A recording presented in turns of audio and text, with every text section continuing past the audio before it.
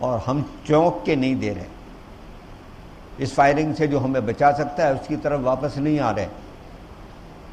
اب تک جو کچھ اللہ سے خلاف ورزیاں ہیں، معاہدے کی ہیں، اس پر اللہ سے معافی مانگنے کو تیار ہو کے نہیں آ رہے. اللہ سے کیے ہوئے وعدوں کی طرف واپس نہیں آ رہے. تو لہذا جب کسی قوم پر تنبیہی عذاب آتا ہے، ہم پر تنبیہی عذاب آیا ہوا ہے.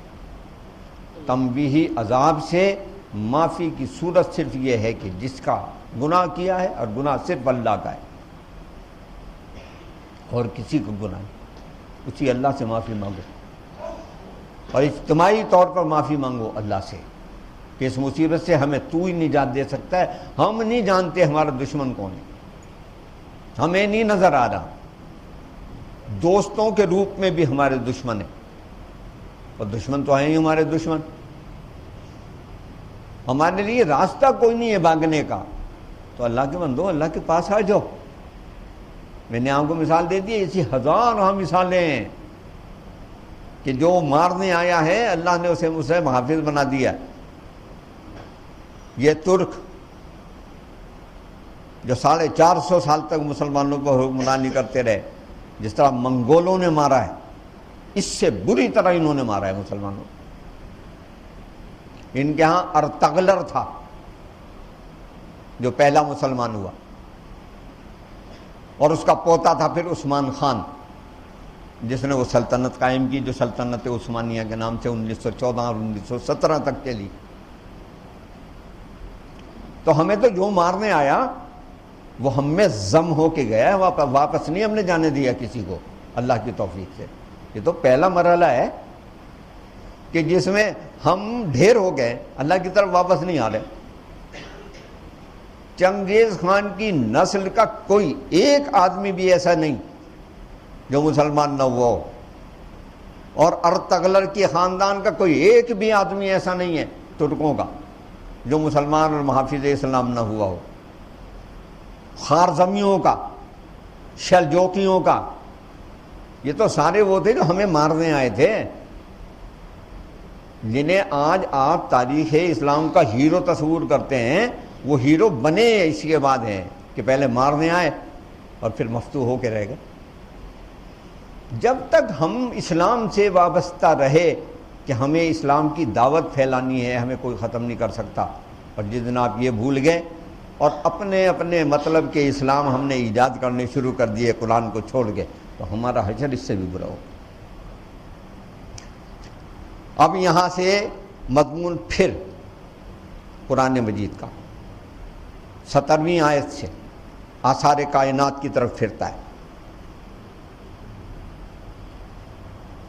ایک اور انداز سے اللہ بتاتا ہے کہ دیکھو، ایک تو انداز میں نے تمہاری پیدائش کا دکھا دیا، اب تمہارے نظام زندگی کا بھی دکھانا چاہتا ہوں. یہ بھی دیکھو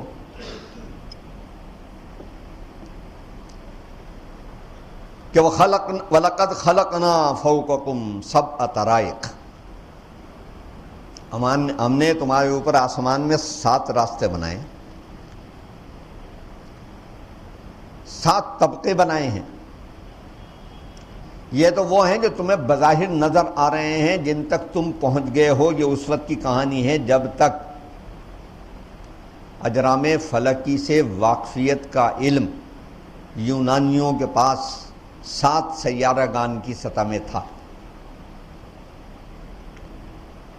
تو بات صرف اتنی نہیں ہے کہ راستے 7 ہی ہیں، راستے تو بے شمار ہیں، لیکن تم ابھی تک 7 جانتے ہو، یہ ہم نہیں بنائے.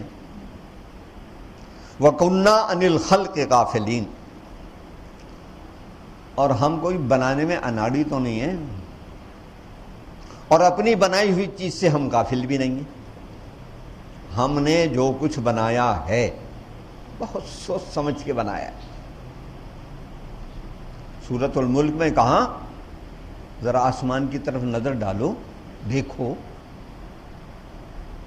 یہاں تمہیں کوئی انمل بے جوڑ چیز نظر آتی ہے؟ پھر کہا دوبارہ دیکھو، پھر غور سے دیکھو، کوئی ایسی چیز نظر آتی ہے جس میں تم یہ کہو کہ کوئی فطور ہے، اس میں کوئی کمی ہے؟ اسے یہاں نہیں ہونا چاہیے تھا، وہاں ہونا چاہیے تھا، یہ انگوٹھا یہاں نہیں ہونا چاہیے تھا، یہاں ہونا چاہیے تھا۔ رکھ کے دیکھ لو، مٹھی بند نہیں کر سکتے، کوئی عورت آٹا گوندھ نہیں سکتی، کوئی ہتھیار آپ پکڑ نہیں سکتے، کوئی کام آپ کر نہیں سکتے، کوئی ایک چیز اس کی جگہ سے ہٹا دیجیے آپ تو اپنے منہ سے خود ہی کہو گے فتبارک اللہ احسن الخالقین، وہ جو اس نے بنا دیا وہی تو بنا دیا، اس سے اچھا بنانے والا کوئی نہیں۔ وَأَنزَلْنَا مِنَ السَّمَاءِ مَاءً، اور ہم نے آسمان سے پانی اتارا ہے تمہارے لیے۔ اگلا جملہ ایسا ہے کہ اگر قرآن پر غور کرے تو آدمی مبہوت ہو کے رہ جاتا ہے۔ کتنا پانی اتارا اللہ نے؟ کہا بقدرن، ایک اندازے کے مطابق، جس دن کائنات بنا رہے تھے اس دن ہمیں پتہ تھا۔ سورہ حامیم سجدہ میں کہا یہاں ساری مخلوقات کو بھیجنے سے بیدے جو کچھ اس کی ضرورت تھی وہ ساری اتار دی تھی۔ ہم نے اتنا پانی اتارا بقدرن فاسکناہ فی الارض، ایک خاص اندازے کے مطابق کہ اس دنیا کو اتنے عرصے رہنا ہے، یہاں اتنی مخلوقات نے پیدا ہونا ہے، اتنا پانی انہوں نے پینا ہے۔ جس دن سے یہ بنی ہے آج تک جتنا پانی پہلے دن اللہ نے اتار دیا تھا، اس کے بعد کوئی ایک قطرہ بھی کہیں باہر سے آیا؟ کسی دوسرے سیارے سے آیا؟ کسی دوسری دنیا سے بھیجا؟ کہیں اور سے آیا؟ پھر کیسا سسٹم ہے کہ وہ جو ہم نے پانی اتارا تھا،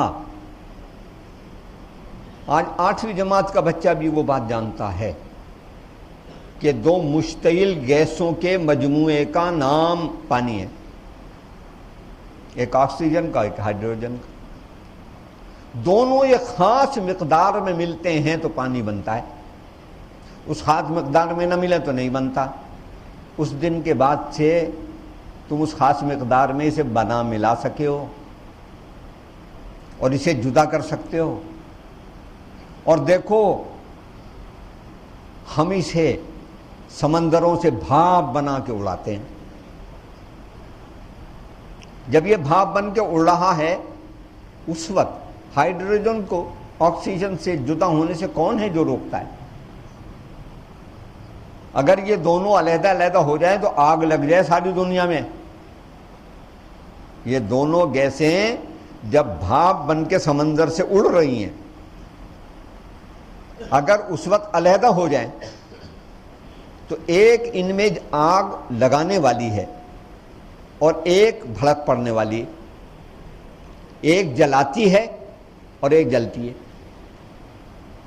یہ 8ویں جماعت میں جس نے سائنس پڑھی ہے وہ بھی جانتا ہے، کوئی ایسی بات نہیں کہ بہت زیادہ پی ایچ ڈی اور ڈاکٹر ہونے کی ضرورت ہے۔ 8ویں جماعت کا بچہ جانتا ہے کہ بھئی یہ دو مشتعل گیسیں، ایک جلاتی ایک جلتی، اسی کو ملا کے اللہ پانی بناتا ہے۔ اس سے زیادہ حیرت انگیز بات اللہ تعالیٰ کی قدرت کاملہ کی سامنے یہ نظر آ رہی ہے کہ جناب یہ پانی ہوا بن کے اڑ گیا، وہاں اسے علیحدہ علیحدہ ہونے سے کون روک رہا ہے؟ اللہ۔